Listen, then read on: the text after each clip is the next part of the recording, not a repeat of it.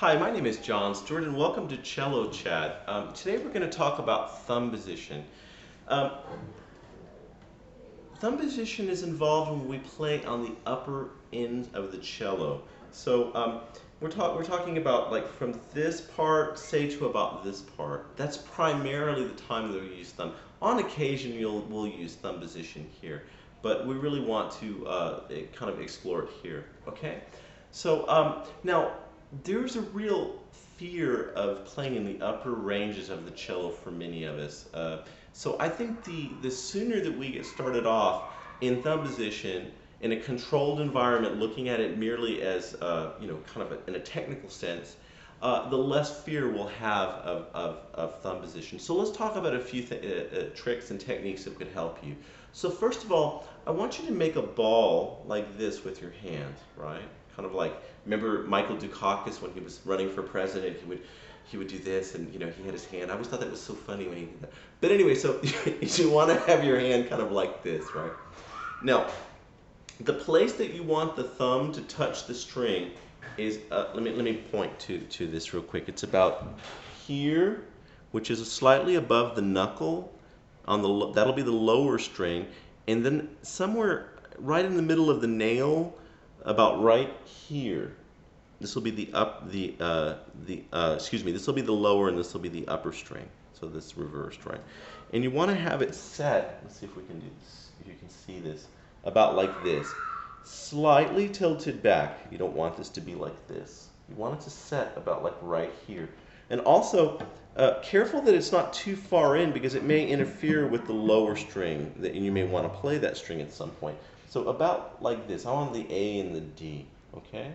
I don't know if you can really see that very well, but there we go. About like that, okay? Now, now that we have our hand in a ball like this, let's go ahead and find the A and the D harmonic together. So, I'm gonna have to, now, harmonics. Okay, from the nut to the bridge, about right here, if we divide that string directly in half, kind of look from where the bridge is and where the nut is, and divide that string directly in half, you're going to find a harmonic, which is going to play an octave above the primary note. So, right? So what we want to do is we want to take our hand and put it in a ball, find that position, and then play the harmonic D. We're touching very lightly here with our thumb, by the way.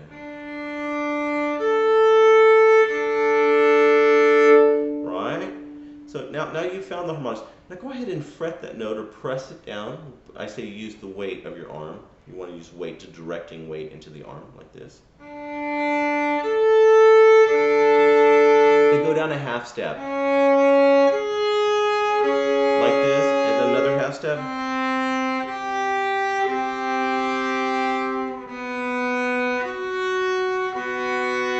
And you'll go down like a few notes, and then you could start on the D and the A where we were in the harmonic. Press down and let the weight go in. Now we'll go the other direction. We'll take it a few notes higher. Then we'll go up.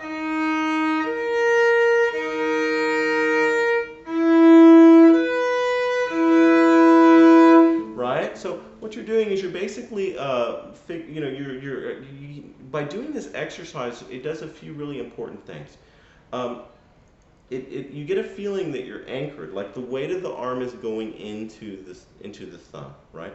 A feeling of being anchored through your thumb, and also, you're tuning up these fifths because fifths are kind of notorious about getting in tune. So it's a really good exercise for tuning up your fifths, okay? And you'll find that you're going to start to develop calluses. That it's going to blister a little bit, and then after a while it'll turn to a callus. So this is a really excellent way of starting to build up calluses. Okay.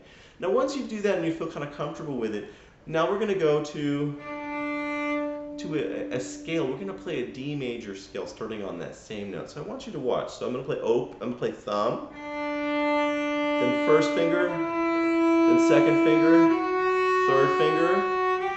Now the open D or harmonic on thumb D, then 1, then 2. Okay, let's talk a little bit about the position of the hand here, okay? So I don't know if you can see this very well, but what you want to do, especially if you're going to be playing faster in the high ends, is that see my first finger here? Notice how curled it is. Actually, I'm playing more or less on the nail here. Let's see if we can get it up a little higher where you can see it. See?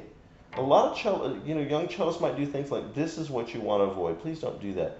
Play on the nail, you're playing on the right, almost like a hook, like a little hook, almost on the nail. Because if you get this first finger in the right position, these other fingers are naturally going to go in the right places, okay? All right, so that's the first thing. The position of the first finger, the placement of that first finger is really, really critical. If you get that down, everything else will follow, okay? The other thing you want to think about is having openness in your hand here. Beware of this. You don't want this to be collapsed. You want this to be nice and open. Imagine you have a ball or an egg in your hand right about here, okay? Look at this, right? So here you can see, right?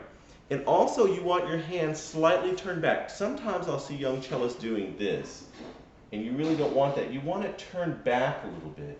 This really allows the hand to open up in a way that's very convenient. From here it's harder.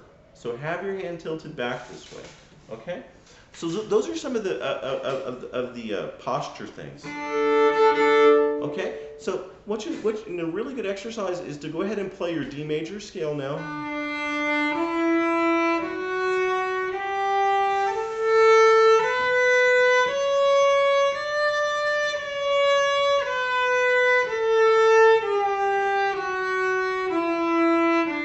Then you might do an arpeggio.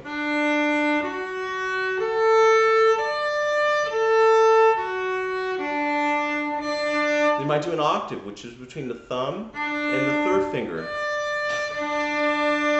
Right? So then when you feel comfortable with that, why don't you take the whole works down a half step?